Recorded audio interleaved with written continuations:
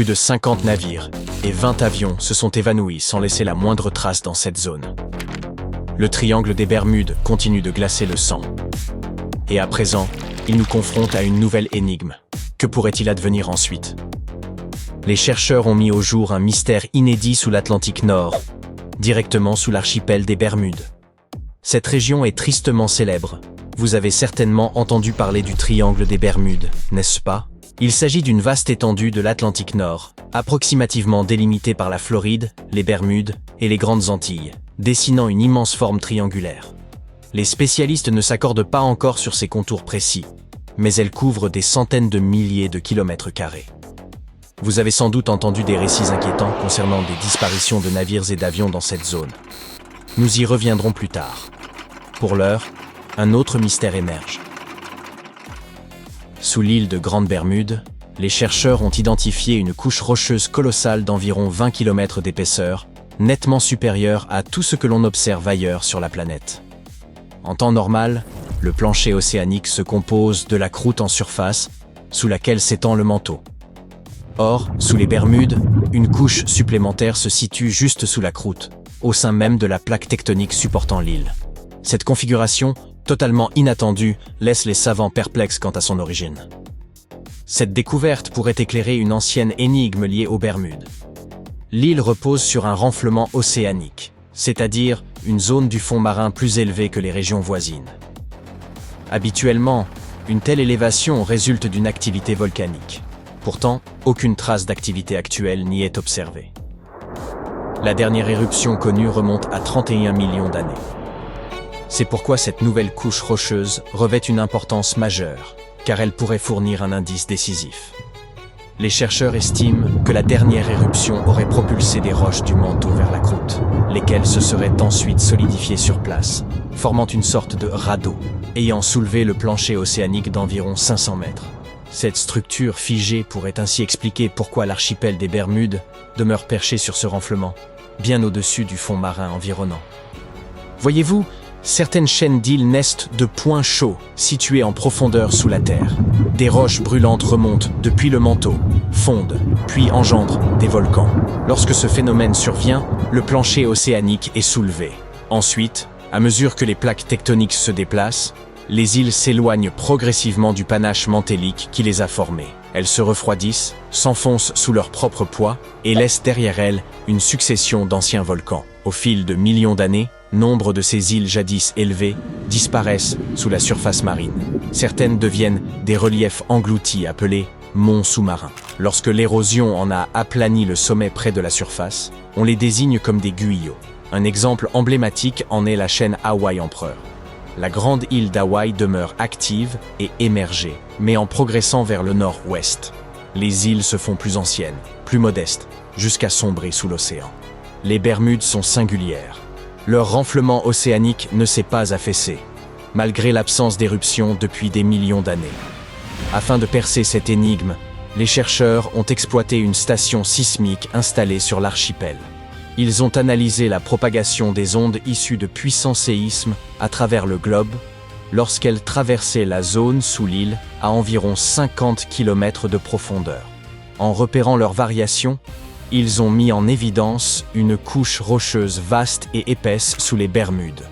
Et, fait notable, cette roche est moins dense que les matériaux environnants, agissant comme un radeau qui maintient le plancher océanique en élévation et explique le soulèvement de l'île. Les études indiquent que la lave des Bermudes est pauvre en silice, ce qui révèle une origine liée à des roches riches en carbone. L'analyse du zinc dans les échantillons confirme que ce carbone provient des profondeurs du manteau. Il aurait été entraîné à cette profondeur lors de la formation du supercontinent Pangée, entre 900 et 300 millions d'années. Ce mécanisme diffère de celui des îles issues de points chauds dans les océans Pacifique ou Indien. Une explication possible tient à l'âge de l'océan Atlantique, plus récent, né de la dislocation de la Pangée, alors que les océans Pacifique et Indien sont bien plus anciens. La position des Bermudes, autrefois au centre de la Pangée, contribue sans doute à expliquer le caractère exceptionnel de cette région. Les scientifiques examinent à présent d'autres îles afin de déterminer si des couches rocheuses comparables existent ou si les Bermudes constituent un cas véritablement unique. l'étude de lieux extrêmes comme celui-ci permet de mieux comprendre les mécanismes, ordinaires ou atypiques, qui façonnent notre planète. Quant au triangle des Bermudes, il fascine et inquiète depuis plus d'un siècle. Officiellement, il n'existe pas. Aucune carte ne le mentionne, et le Bureau des États-Unis pour le nommage géographique ne le reconnaît pas comme une région définie. Pourtant, sa réputation persiste.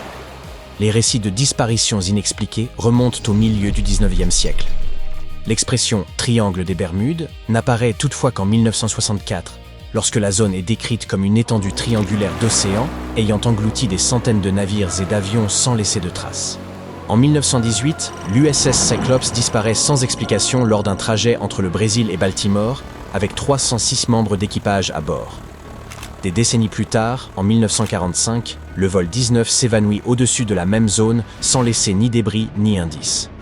L'écrivain américain Charles Berlitz ravive encore le mystère avec son ouvrage à succès de 1974, Le Triangle des Bermudes, allant jusqu'à relier ces disparitions à la légendaire cité perdue de l'Atlantide. Mais en dépit de ces récits, le Triangle des Bermudes n'est pas particulièrement dangereux. Des études, notamment celles menées en 2013 par le Fonds mondial pour la nature, indiquent qu'il ne figure même pas parmi les 10 zones maritimes les plus périlleuses au monde.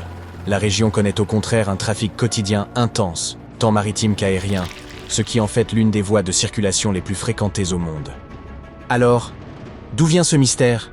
Le triangle des Bermudes est fréquemment balayé par des tempêtes tropicales et des ouragans. Le Gulf Stream, puissant courant océanique, traverse la zone et provoque des changements météorologiques brusques et violents. Les relevés de boussole y sont aussi délicats. La ligne agonique où nord vrai et nord magnétique coïncident y passe parfois. De plus, la région abrite le point le plus profond de l'Atlantique, la fosse de Milwaukee, qui descend à 8400 mètres dans la fosse de Porto Rico. L'ensemble de ces facteurs peut engendrer des accidents capables de nourrir l'impression d'un phénomène mystérieux. Il n'est donc guère surprenant que l'on s'interroge depuis longtemps sur ce qui s'y déroule. Plusieurs hypothèses ont été avancées, dont certaines paraissent implausibles. Parmi elles figurent des vagues scélérates, des vagues soudaines et gigantesques surgissant sans prévenir. Elles peuvent atteindre une hauteur au moins double de celle des vagues environnantes, semblables à de véritables murs d'eau. Extrêmement dangereuses pour les navires, elles le deviennent encore davantage lorsqu'elles se combinent aux tempêtes violentes et aux courants puissants de la région, capables de détruire un bâtiment en quelques instants. Certains chercheurs évoquent aussi des remontées de bulles de méthane depuis le fond océanique. Si une quantité suffisante de gaz atteint la surface simultanément, l'eau devient moins dense, ce qui peut provoquer le naufrage d'un navire. Bien sûr, ce phénomène reste rare, mais suffisamment inquiétant. S'ajoutent les perturbations magnétiques. Autrefois, les boussoles s'affolaient dans cette zone où nord géographique et nord magnétique pouvaient s'aligner, désorientant les marins. Aujourd'hui, le GPS limite ce problème, mais il a longtemps alimenté rumeurs et légendes. Enfin, comme nous le savons déjà, les conditions météorologiques extrêmes, ouragans, tempêtes tropicales et courants violents peuvent transformer rapidement une mer calme en situation critique. Cependant, une part importante des incidents s'explique aussi par des erreurs humaines. Cette zone constitue l'une des routes maritimes les plus fréquentées au monde, et pilotes comme capitaines peuvent se tromper, surtout de nuit ou par mauvais temps. Le vol 19 en est un exemple emblématique. Lorsque l'on combine un trafic dense à de nombreux dangers naturels, les accidents deviennent inévitables. Ainsi, malgré sa réputation inquiétante, le triangle des Bermudes relève surtout de phénomènes naturels. Il reste néanmoins beaucoup à explorer